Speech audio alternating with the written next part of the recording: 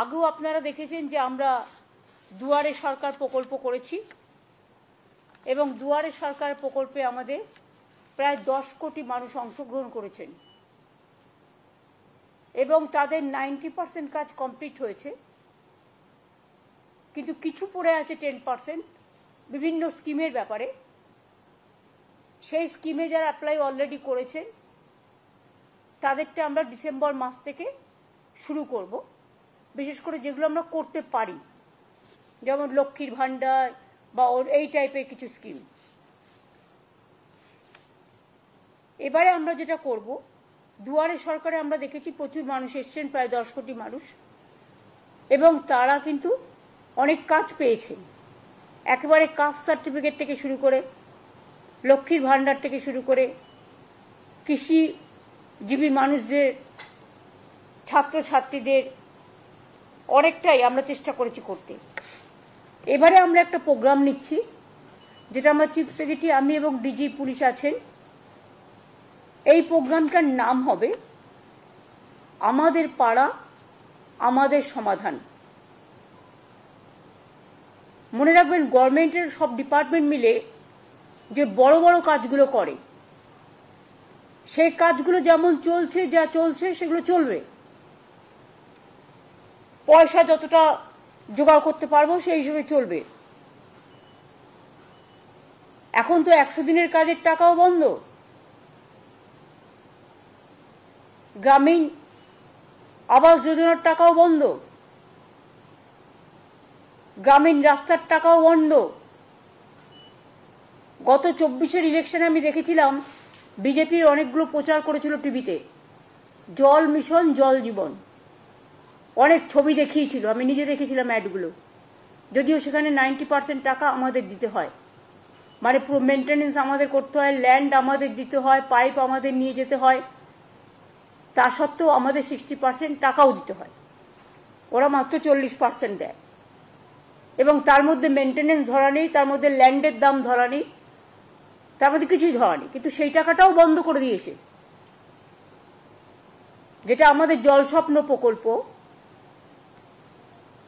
যেটা আমরা মানুষকে বলেছিলাম পৌঁছে দেবো সবটা, আমরা প্রায় 98 লক্ষ মানুষের বাড়িতে বাড়িতে জল, নলবাহিত জল পৌঁছতে পেরেছি। কিন্তু এখনো অনেক জায়গায় পাইপ পড়ে আছে। কিন্তু যেহেতু টোটাল ফান্ডটা গভর্নমেন্ট অফ ইন্ডিয়া বন্ধ করে দিয়েছে, তাই আমরা জমি দেওয়া সত্ত্বেও, আমরা পাইপ ফেলা সত্ত্বেও, আমরা আমাদের টাকা দেওয়া সত্ত্বেও সেই কাজটা এখন আটকে আছে। এখন আমাদের প্রায় 94টা সোশ্যাল স্কিম চালাতে হয়। আমাদের 100 দিনের কাজের বদলে কর্মশ্রী হয়েছে। আমি আপনাদের আগেই বলেছি, প্রায় 75 লক্ষ জব কার্ড হোল্ডারদের আমরা কাজ দিয়েছি। এছাড়াও আরও যে স্কিম আছে, লক্ষ্মীর ভাণ্ডার বলুন, কৃষক বন্ধু বলুন, সবুজ সাথী বলুন, তরুণের স্বপ্ন বলুন, ঐক্যশ্রী বলুন, শিক্ষাশ্রী বলুন, মেধাশ্রী বলুন, সবুজশ্রী বলুন, 94টা স্কিম গভর্নমেন্টের আছে।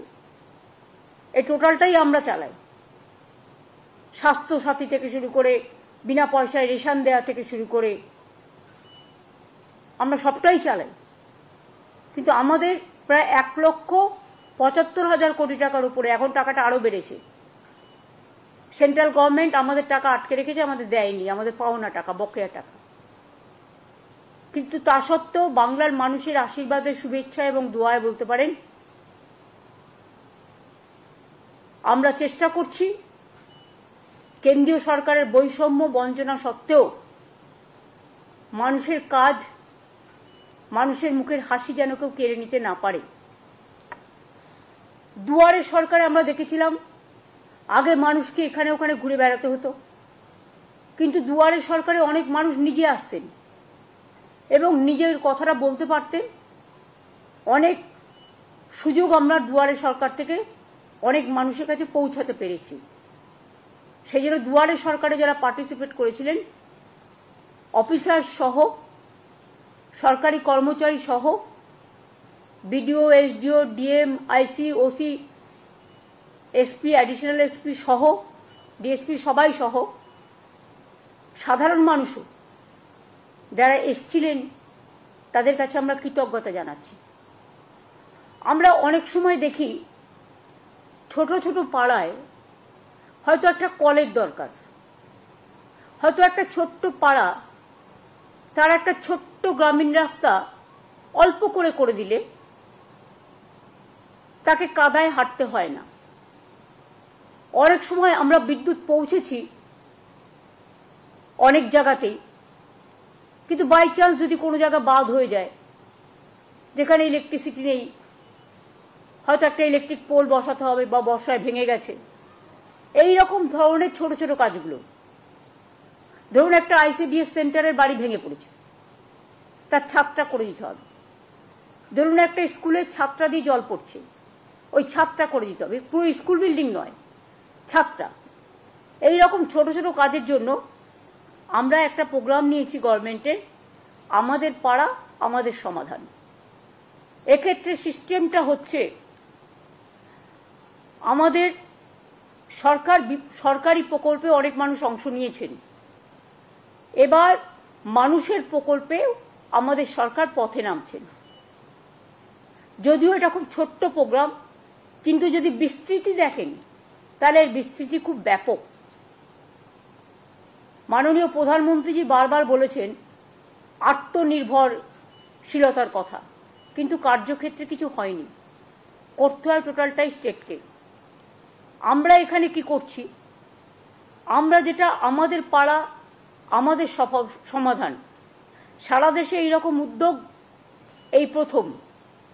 এখানে মানুষ নিজেদের বুথে, ওই ব্রিজ নয় বা স্কুল নয় বা বড় বড় প্রোগ্রাম নয়, সেগুলো যেমন ডিপার্টমেন্ট করে ডিপার্টমেন্ট করবে, এটা এক্সট্রা প্রোগ্রাম।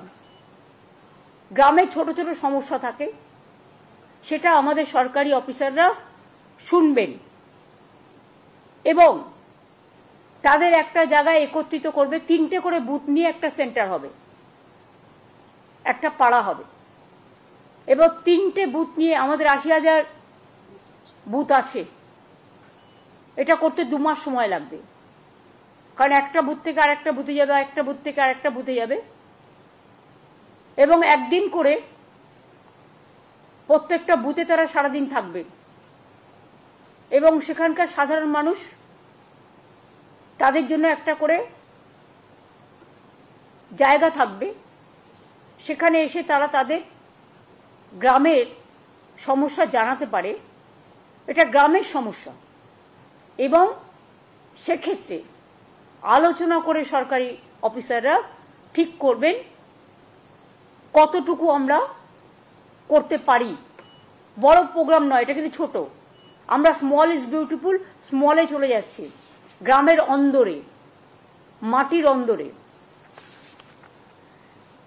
সমস্ত কাজই হবে স্বচ্ছতা বজায় রেখে, নিরপেক্ষতা মেনে, অনলাইন পোর্টালের মাধ্যমে, কিন্তু মানুষ নিজের সমস্যা নিজে জানাতে পারে, নিজের কাগজ নিজে জমা দিতে পারে। আমরা যেটা বলতে চাই যে আমাদের অফিসাররা তাদের সাথে আলোচনা করবেন, 3টে বুথ নিয়ে একদিন করে ক্যাম্প হবে পাড়ায় পাড়ায়, মানে 3টে বুথ নিয়ে আমাদের 80,000 বুথ আছে। এবং এখান থেকে কথাগুলো শোনার পরে আমরা একটা ফান্ড স্যাংশন করছি। এত সমস্যার মধ্যেও একটা বুথের জন্য আমরা এর জন্য ছোট ছোট কাজ করার জন্য 10 লক্ষ টাকা করে স্যাংশন করব। তার মানে এখানে প্রায় 8,000 কোটি টাকার ওপর সরকারের খরচা হবে, এবং এর ফলে একটা গ্রাম একটা বুথ নিয়ে হয়, আপনারা জানেন, তার কিছু ছোটখাটো সমস্যা থাকতেই পারে, কিন্তু যে ছোটখাটো সমস্যাগুলো হয়তো পঞ্চায়েত স্তরেও তারা পায় না, সেক্ষেত্রে পঞ্চায়েত যেমন কাজ করছে করুক, গ্রামসভা যেমন কাজ করছে করুক, জেলা পরিষদ যেমন কাজ করছে করুক, মিউনিসিপ্যালিটি যেমন করছে করুক, কিন্তু এটা আমরা পশ্চিমবঙ্গ সরকার আমার পাড়ায় আমার সমাধান এই প্রোগ্রামটা করছি। এটা শুরু হবে 4ই আগস্ট থেকে, 2 আগস্ট থেকে, মানে ফ্রাইডে থেকে, স্যাটারডে থেকে হবে, মানে এই শনিবার তো হবে না, 27শে জুলাই, নো, নেক্সট পরের শনিবার থেকে। এটা হচ্ছে রাজ্য স্তরে এর জন্য একটা টাস্ক ফোর্স হবে, তার দায়িত্বে থাকবেন চিফ সেক্রেটারি নিজেই। ফাইন্যান্স সেক্রেটারি ও অন্যান্য দপ্তরের ইম্পর্টেন্ট যারা এইসব কাজ রিলেটেড তাদের নিয়ে চিফ সেক্রেটারি মাথায় থেকে একটা টাস্ক ফোর্স তৈরি করবেন যারা এটাকে মনিটরিং করবে। আর সেম টাস্ক ফোর্স ডিস্ট্রিক্ট লেভেলেও সিএস তৈরি করে দেবেন, সেখানে যারা মনিটরিং করবে। এবং পুলিশ তো সাথে নিশ্চয়ই থাকবে, কারণ ল অ্যান্ড অর্ডার তো তাদের দেখতে হয়। আমরা এই জন্যই প্রোগ্রামটা করছি যে ছোট সমস্যাও কিন্তু অনেক সময় মানুষ খুশি হয় তাদের কথা কেউ শুনছে, তাদের পাড়াটাকে কেউ মাথায় রেখেছে, তাদের গ্রামটাকে কেউ মাথায় রেখেছে। এই সুযোগে গভর্নমেন্ট একটা ৮০,০০০ বুথে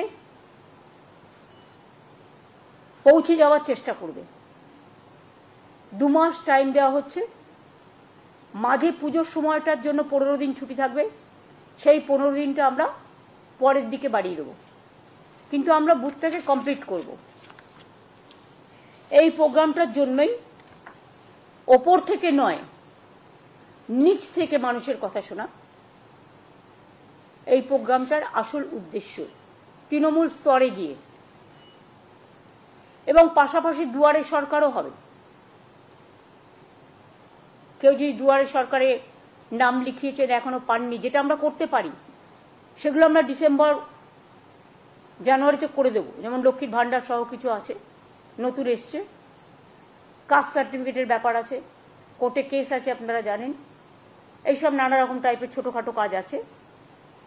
এইটাই হচ্ছে মেন আমাদের প্রাথমিকতা, যে মানুষ নিজেকে নিয়ে গর্বিত করুক, গর্ব করুক, নিজেকে সম্মানিত করুন। সরকারের কাছে কাউকে পৌঁছতে হবে না, সরকার তাদের দরজায় পৌঁছে যাবে। আমরা দুয়ারে সরকার করেছি, আমরা দুয়ারে রেশন করার চেষ্টা করেছি, পাড়ায় পাড়ায় গিয়ে রেশন দেওয়া হচ্ছে। সেইভাবে এটা আমাদের পাড়া, আমাদের সমাধান। 3টে করে বুথ নিয়ে একদিন করেই ক্যাম্প হবে। সকলের সহযোগিতা কামনা করব। এবং এতে আমি আগেও বলেছি, আবার বলি, ৮,০০০ কোটি টাকার উপর খরচ হবে, সেটা স্যাংশন করা হয়েছে, এবং সমস্ত কাজই শেষ হবে পরিকল্পনা থেকে রূপায়ণ সময় বেঁধে ১৮০ দিনের মধ্যে। মানে এখানে 3 মাস বলছে, কিন্তু আমায় করতে হবে 2 মাস, কারণ আগে আমরা ঠিক করেছিলাম 2টো করে বুথ নিয়ে করবো, এখন আমরা ঠিক করেছি 3টে করে বুথ নিয়ে করবো। সেই জন্য এটা কমে যাবে টাইমটা, 60 দিনের মধ্যে হবে। এইটা হচ্ছে, আমি সিএসকে বলবো আজ থেকেই পরিকল্পনার কাজ শুরু করে দেওয়ার জন্য। এটা আমি সিএসের হাতে তুলে দিচ্ছি অফিসিয়ালি, যদি ওনার কাছে আছে সব। এটা ছিল আমাদের সরকারি প্রোগ্রাম ঘোষণা। এবার আমি সরকারি প্রোগ্রামের বাইরে, যদিও বাংলা রিলেটেড বলেই বলছি, দেখুন কালকেও আলিপুরদুয়ারের একজনের কাছে, এও তপশিলি সম্ভবত, অঞ্জলিশীল নিত্যশীল স্বামী, ফালাকাটা, কিন্তু চিঠিটা গেছে কুচবিহারে, ভুল করে আলিপুরদুয়ারে। এবং 19 আর 25 তারিখে লিখেছেও পুরোটা আসামি ভাষায়, এবং আসাম গভর্নমেন্ট থেকে।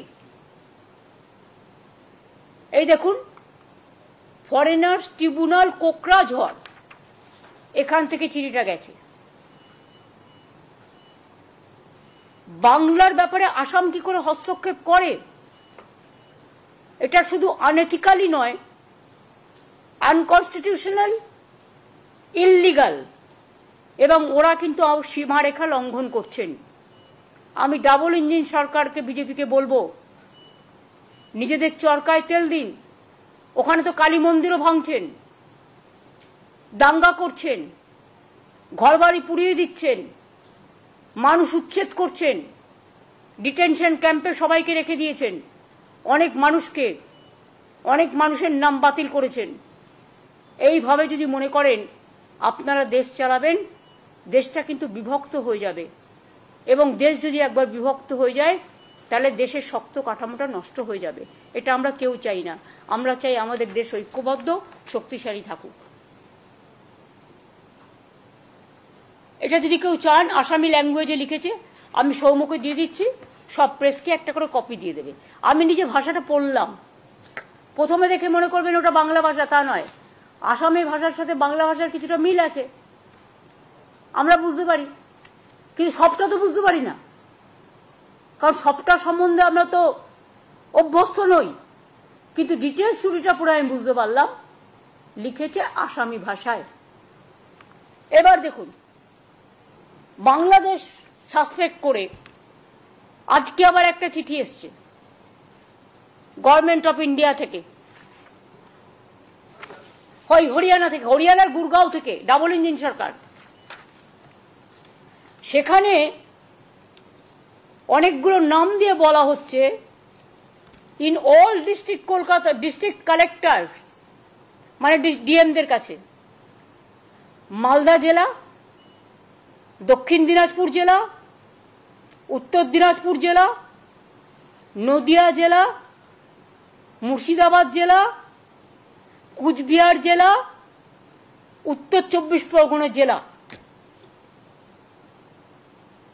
এবং অল এসপিকেও বলা হয়েছে যে এই নামগুলো সব ভেরিফাই করে ইমিডিয়েট আমাদের জানাও, এমএইচ এর গাইডলাইন্স অনুযায়ী।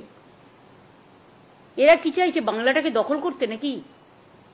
মানে গায়ের জোরে বাংলা রাজ্যটাকে উঠিয়ে দিতে?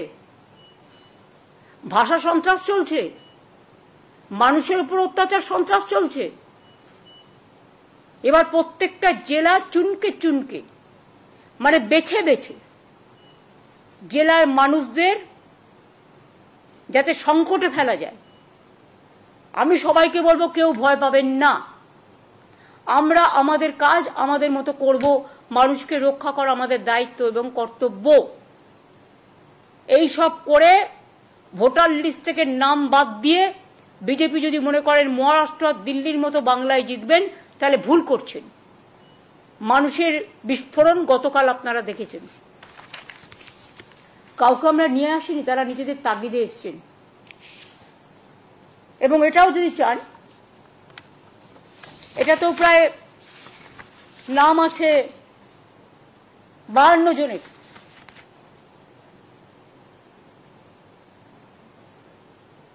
এটা যেহেতু সিক্রেট লেটার আপনাদের আমি দিচ্ছি না, কিন্তু আপনারা যদি দেখতে চান লিস্টটা আমি দেখিয়ে দিতে পারি, আমার কোনো প্রবলেম নেই।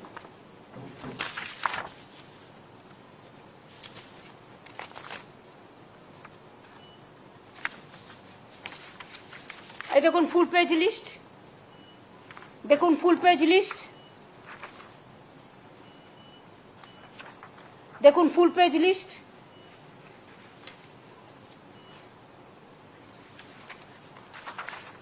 দেখুন ফুল পেজ লিস্ট, দেখুন ফুল পেজ লিস্ট, 52 পর্যন্ত সিরিয়াল।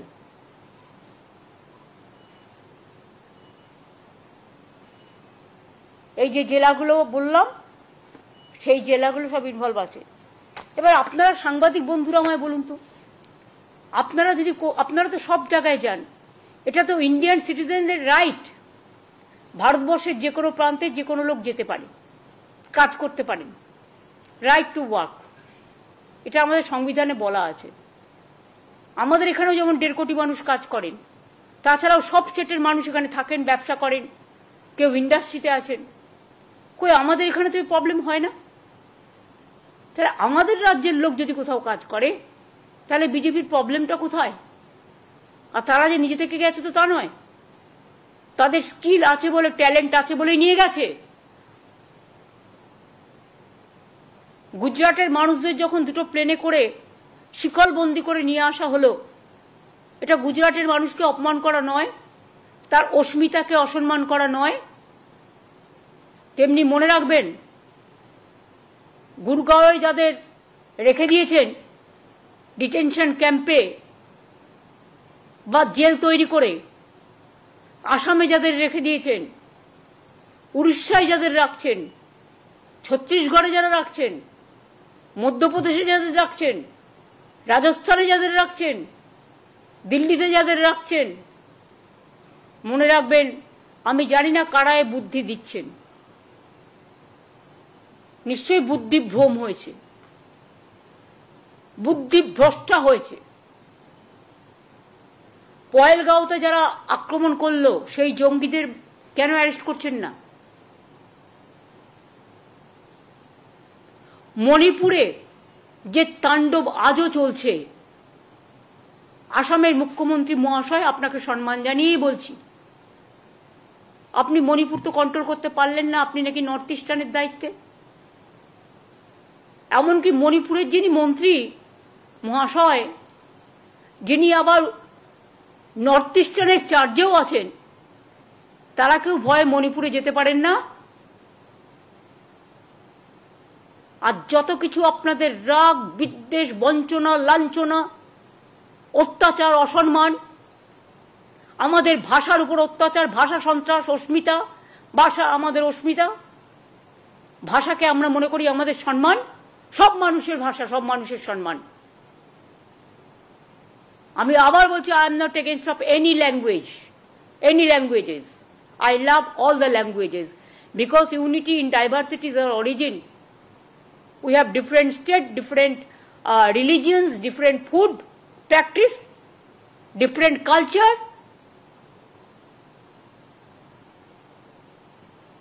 আমরা সবাই সবাইকে নিয়ে ভালো থাকি, এটাই ভারতবর্ষ। সারে জাহাঁ সে আচ্ছা হিন্দুস্তান হামারা। বৈচিত্র্যের মধ্যে ঐক্য। কিন্তু সেটা না করে বাংলা ভাষায় কথা বললেই মনে হচ্ছে যেন আমরা খুব অপরাধ করে ফেলেছি। বাংলা ভাষায় কথা বলা কি অপরাধ? আমি মনে করি অন্য ভাষায় কথা বলাও যেমন অপরাধ নয়, তেমনি আমাদের মাতৃভাষা, আমরা তো ছোটবেলায় বাংলাও শিখেছি, হিন্দিও শিখেছি, স্কুলে সংস্কৃতও শিখেছি ক্লাস 8 পর্যন্ত। তো যদি আমাদের আপত্তি না থাকে অন্য কোনো ভাষায়, তাহলে আপনারা কেন আমাদের ভাষাভাষী লোকেদের উপর অত্যাচার করছেন? এর থেকে নিজেদের ঘরটাকে সামলান না।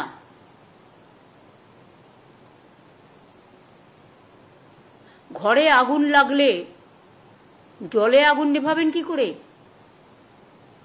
আগে তো ঘর সামলান। বাংলার দিকে তাকানোর দরকার নেই। বাংলা 1 নম্বরে আছে, বাংলা 1 নম্বরে থাকবে। আর বাংলার মেধা, বাংলার প্রতিভা, নাসা থেকে ভাষা মাথায় রাখবেন। হারবার্ড থেকে অক্সফোর্ড যান, গিয়ে ঘুরে আসুন।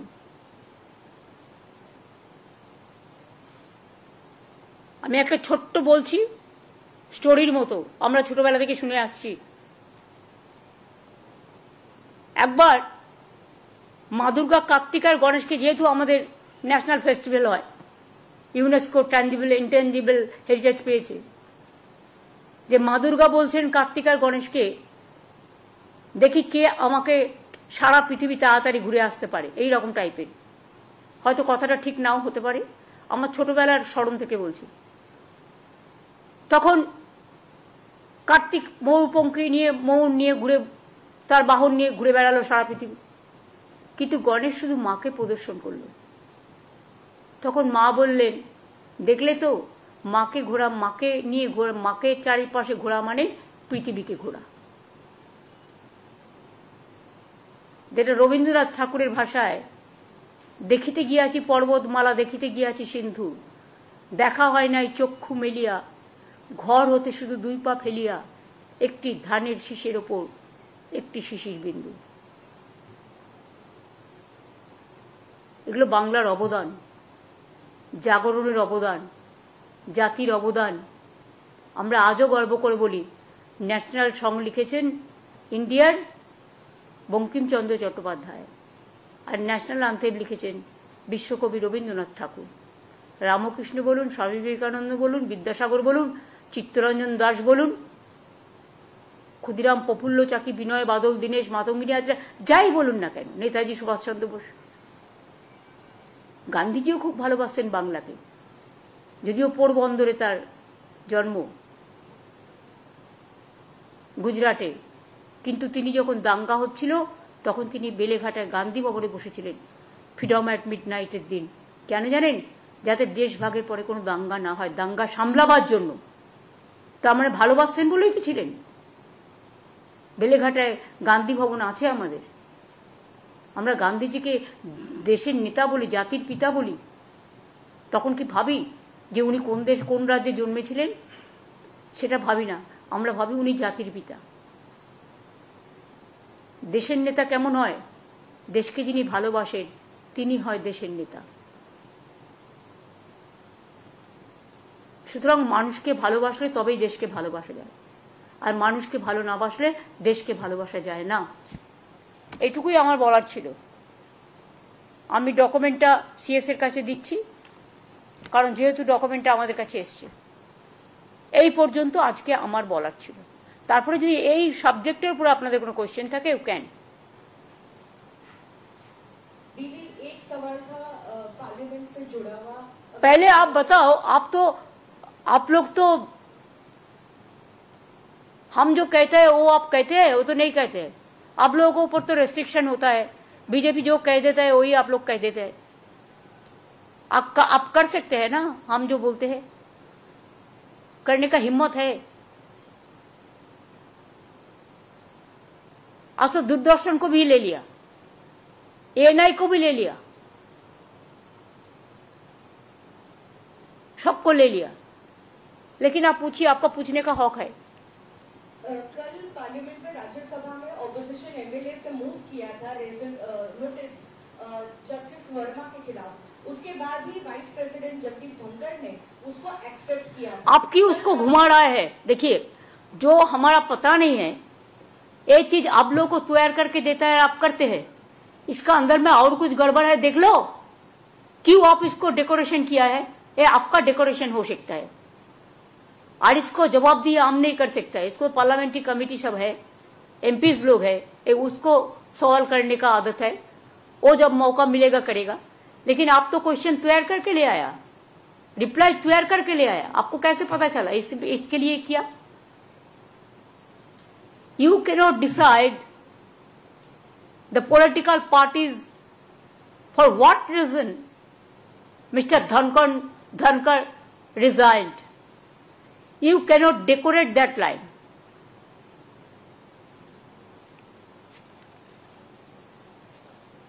বাংলা ভাষা নিয়ে আপনি যেটা বলছেন, এক্ষেত্রে পার্লামেন্টে সেশন চলছে, সাংসদরা কি এই বিষয়টা নিয়ে কোনো মুভ করবেন? এবং আমাদের সবাই তো কালকে তো অভিষেক বলেছে, আপনারা দেখলেন যে আমরা এবার থেকে বাংলায় কথা বলবো, যারা বাংলা থেকে গেছে। অন্য ভাষাতেও কথা বলবো, কিন্তু বাংলাতেও আমরা বক্তব্য দেবো। পার্লামেন্টে একটা সুবিধা আছে, আমার সময় থেকে আমি জানি যে ট্রান্সলেটর আছে, যে কোনো কেউ যে কোনো ভাষায় কথা বলতে পারে, তাদের 1 ঘন্টা আগে নোটিশ দিতে হয়, এবং তখন ট্রান্সলেটররা সাইমেলটেনিয়াসলি ইংলিশ এবং হিন্দিতে ট্রান্সলেট করে দেয়। দুই, আমি আরেকটা কথা বলেছি, আমি বলেছি আমি যেখানেই যাব আমি সেখানে একটা করে ভাষা নিয়ে, ভাষা সন্ত্রাসের ওপর ধিক্কার জানিয়ে মিছিল করব। আমরা সম্ভবত যদি সবকিছু ঠিকঠাক থাকে, তাহলে 27 আর 28 আমাদের বীরভূমে প্রোগ্রাম আছে, কারণ আমাদের অনেক একটা এআরএম মিটিং হবে, আর তাছাড়াও আমাদের ব্রিজ উদ্বোধন আছে, আরও কিছু উদ্বোধনের প্রোগ্রাম আছে। ওগুলো করে দিলে তাড়াতাড়ি করে ব্রিজগুলো চালু হয়ে যাবে। কাজে ওখানেও কিন্তু আমি যখন যাব, আমি ভাষা নিয়ে একটা মিছিলও করব।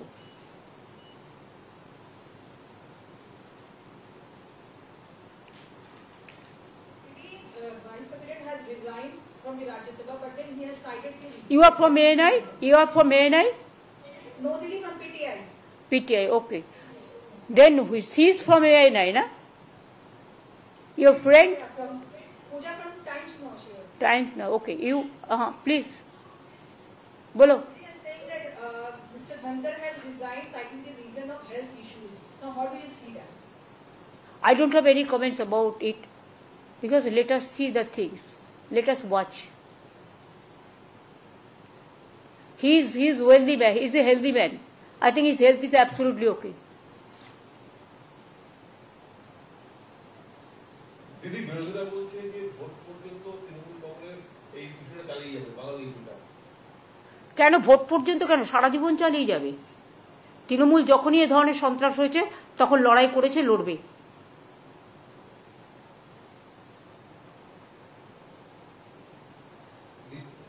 দিদি, আপনি বললেন যে অনেকের কাছে এরকম চিঠি মানুষকে সন্দেহ চোখে রেখে ডিটেনশনে ক্যাম্পে পাঠিয়েছে, তখন রেসপেক্টিভ ডিস্ট্রিক্ট পুলিশের কাছে লেটার যায়, কোয়েরি লেটার যায়। এখন কি সরকার থেকে কোনো স্ট্যান্ডার্ড ইনস্ট্রাকশন পুলিশের কাছে যাবে যে সরকারকে না জানিয়ে পুলিশ নিজেদের থেকে? তারা তো আগেই তাদের ভরে দিয়েছে, পরে তো আমরা জানতে পারছি, তখন আমাদের ইনফরমেশন আমরা দিয়ে দেবো। তাহলে এখানে যারা আছে তাদের সম্বন্ধেও এই কোয়ারি হবে তো? এখানে যে মানুষগুলো কাজ করে তাদের সম্বন্ধেও এই কোয়ারি যদি স্টার্ট করি আমরা, সেটা কি ভালো দেখাবে? আমি করতে চাই না, কারণ we respect each and everybody. একটা ভাষায় কথা বলা কারো অপরাধ নয়। আজকে সাউথ ইস্ট পুরো এশিয়াতে বাংলা ভাষায় কথা বলার ভাষা হচ্ছে 2য় স্থানে, আর সারা পৃথিবীতে 5ম স্থানে। 30 কোটির বেশি মানুষ বাংলায় কথা বলে, এটা মাথায় রাখবেন পৃথিবীতে।